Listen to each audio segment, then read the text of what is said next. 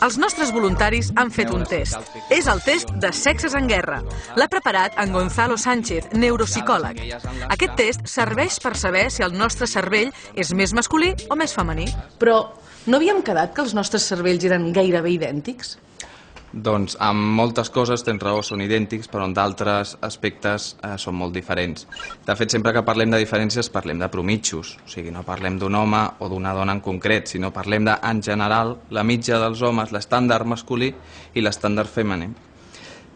De fet, no hi ha cap home que sigui totalment, diguem, masculí, i cap dona té només qualitats femenines. Sempre ens movem en un continu, no? El test prova les diferents capacitats mentals dels voluntaris en qüestions com la rotació espacial, que fan millor els homes, o la localització d'objectes en un conjunt, que semblen dominar més les dones.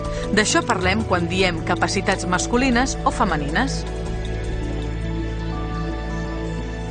I aquí tenim els resultats. De més masculí, l'Enric, a l'esquerra, a més femení, l'Alba, a la dreta. Però mirin la Mariona, no deu ser casual que hagi destacat en orientació. I en Sergi, amb capacitats més femenines que dues de les noies. Insistim, parlem de capacitats mentals i no d'orientació sexual.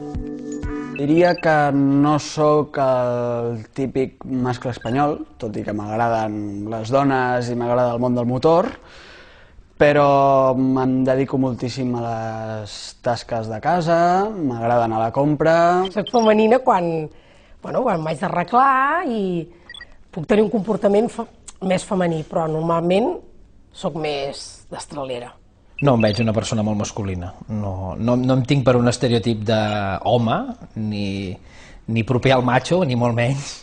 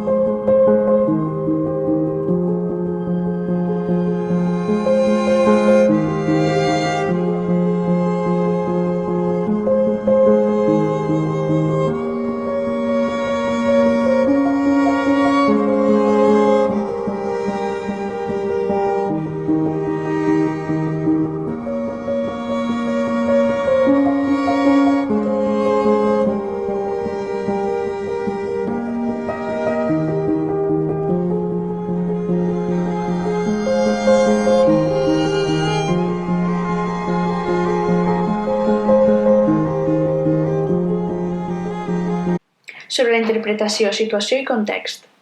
La noció de context és una espècie d'interfície entre les representacions mentals del subjecte i la cultura, entesa aquesta com un conjunt de representacions mentals col·lectives. Els esquemes referits a aspectes socials contenen informació sobre els objectius usuals de les persones, rols, aspectes interpersonals, vitals, l'autoconcepte.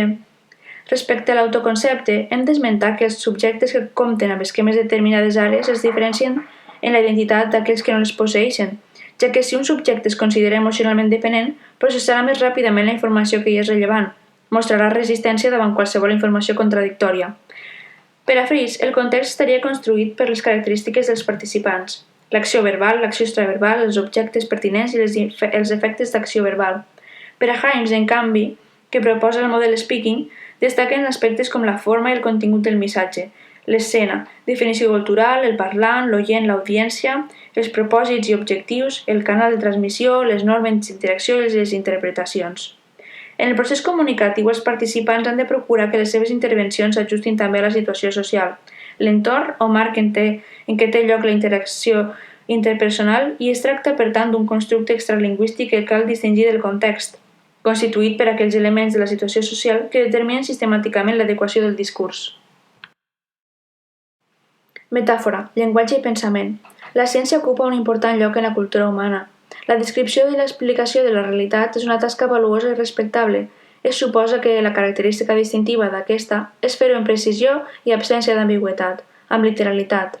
El que es postula és que el llenguatge literal és la forma més adequada per a la categorització objectiva de la realitat. Aquesta idea assoleix el seu punt àlgid en el positivisme lògic.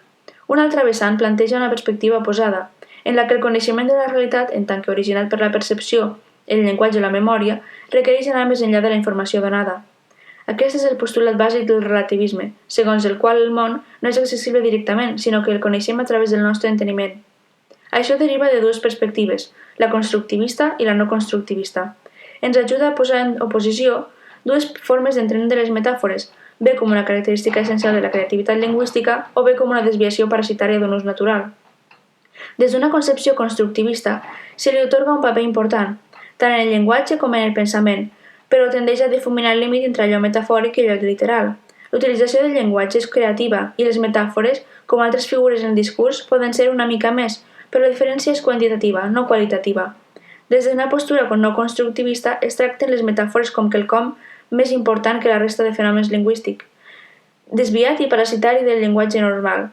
Si ha d'explicar-se, es farà concebuda com una violació de les normes lingüístiques. Ornamentacions.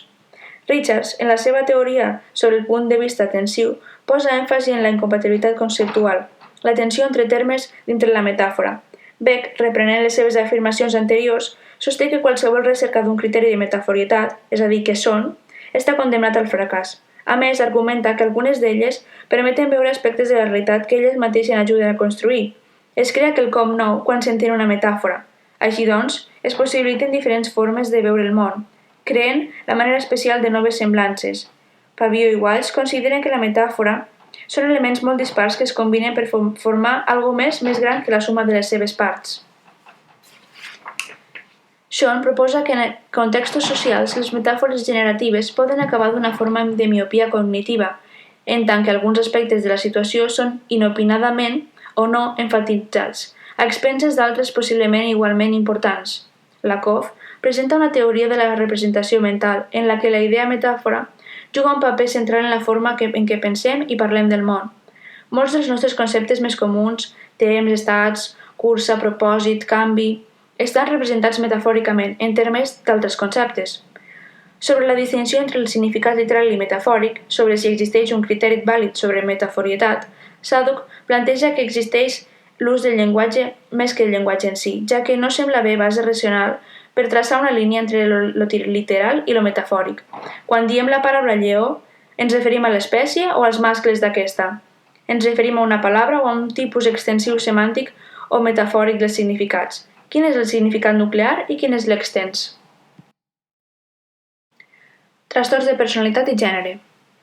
Els rols sexuals fan referència a les actituds, creences, sentiments i comportaments que s'atribueixen a cada sexe en particular.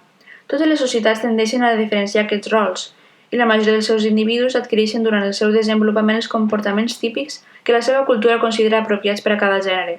El gènere és definit com el rol que una persona assumeix en les seves interaccions socials, com masculí o femení, i no és sinònim de sexe. El rol femení tradicional prescriu un comportament expressiu, de dependència, afiliació, activitat, adaptabilitat, empatia, falta d'assertivitat, mentre que el rol masculí prescriu atributs com l'autonomia, l'autoconfiança, l'assertivitat, l'agressivitat, l'orientació cap a assoliments. Un comportament, doncs, instrumental. Sandra Bem va introduir el terme d'androgínia psicològica, que és la capacitat d'exhibir tant trets i comportaments instrumentals com expressius, i conclou que els qui tenen aquesta capacitat de comportar-se d'una manera andrògina són psicològicament més saludables. La forma original de comportament humà, fruit de la combinació de gens més cultura, és la personalitat. La personalitat existeix en un continuum. Nunca pude, a lo largo de toda mi vida, resignarme al saber parcelado. Nunca pude aislar un objeto de estudio de su contexto, de sus antecedentes, de su devenir. He aspirado siempre a un pensamiento multidimensional. Nunca he podido eliminar la contradicción interior. Siempre he sentido que las verdades profundas, antagonistas las unas de las otras, eran para mí complementarias, sin dejar de ser antagonistas. Nunca he querido reducir a la fuerza la incertidumbre y la ambigüedad. American Beauty es dur a terme una reflexió sobre la societat i la cultura, dialèctica de valors, personatges escrits des d'un perfil psicològic, històries paral·leles i contraposades, situacions que posen a prova els valors i les creences dels protagonistes. Tots els personatges tenen alguna cosa en comú, que és l'aparença. Prototips d'aparença que defineix la societat occidental, el de la perfecció i l'èxit social. És la idea que es vol transmetre a l'individu per a poder aconseguir els suposats beneficis que es tenen sent una persona d'aquestes característiques, beneficis materials i reconeixement social. Al final, no existir i no acceptar-se com un mateix repercuteix en la pròpia identitat, entrant en un cercle viciós. Quan més s'aparenta, més sentiment d'identitat negativa es tindrà, de falta de valor o de falta d'autoestima, amb el que la persona sentirà que té que aparentar més per a no ser rebutjat. Lester, vas a manchar de cerveza el sofá.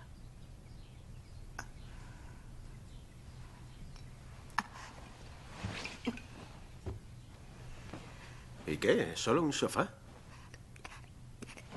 Es un sofá de $4.000. La tapicería es de seda italiana.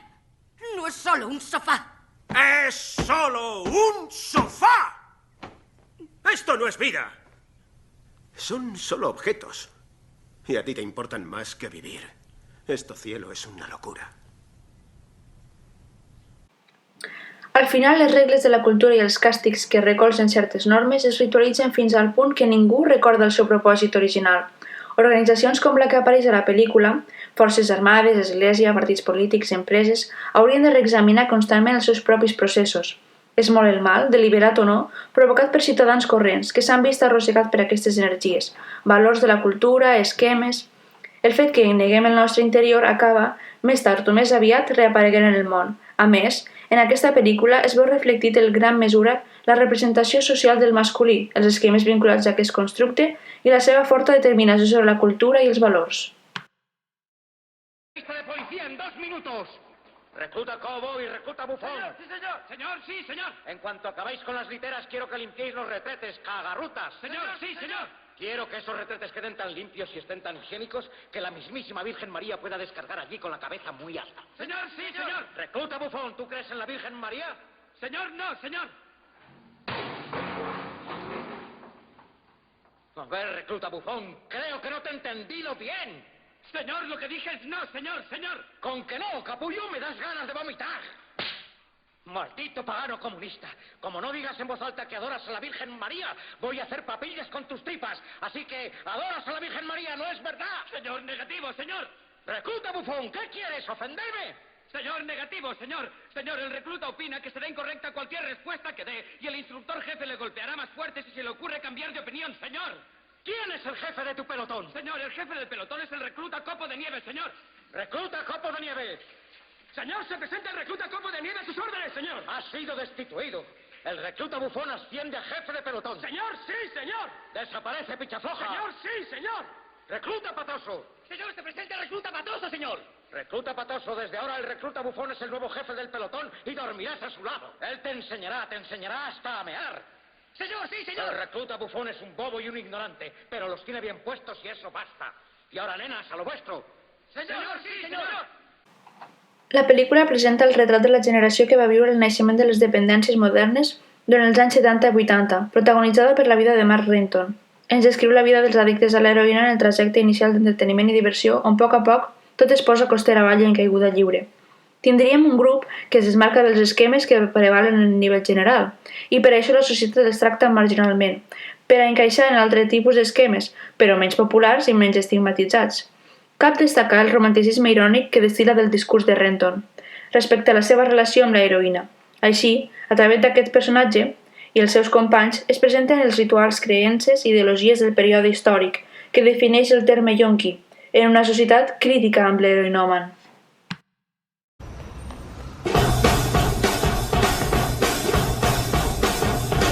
Choose life. Choose a job.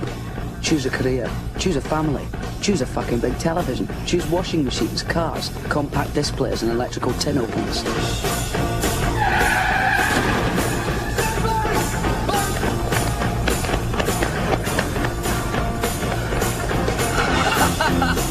Choose good health, low cholesterol and dental insurance. Choose fixed interest mortgage repayments. Choose a starter home. Choose your friends.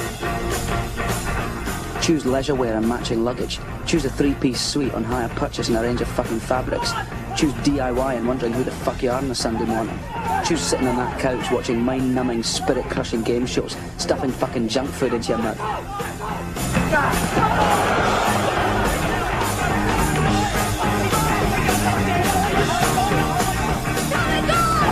Choose rotting away at the end of it all, pissing your last in a miserable home, nothing more than an embarrassment to the selfish, fucked up brats that you've spawned to replace yourselves.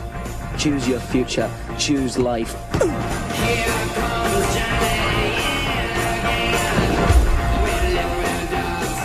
But why would I want to do a thing like that?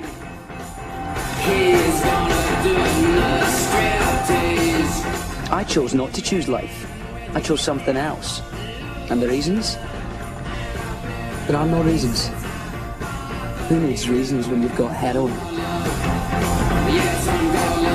Com hem pogut veure fins ara, és de vital importància destacar la gran utilitat i poder explicatiu de la teoria dels esquemes com unitats cognitives d'alt nivell en l'estudi del funcionament del pensament humà. Aquests ens serveixen per representar tot tipus de dominis de coneixement i tenen un caràcter, com ja s'ha esmentat, multifuncional, ja que faciliten el processament i la comprensió, la memòria, alhora que dirigeixen l'acció. Ens ajuden també a entendre molts aspectes socials, formalismes, estereotipos i pautes d'acció social. Són probablement la forma en què s'organitza el pensament, en la nostra ment, el nou i el previ. Pensem que seria interessant aprofundir en l'estudi del seu funcionament i treballar en la formulació de teories que ens ajudessin a explicar més detalladament com es formen i quina és la seva base biològica.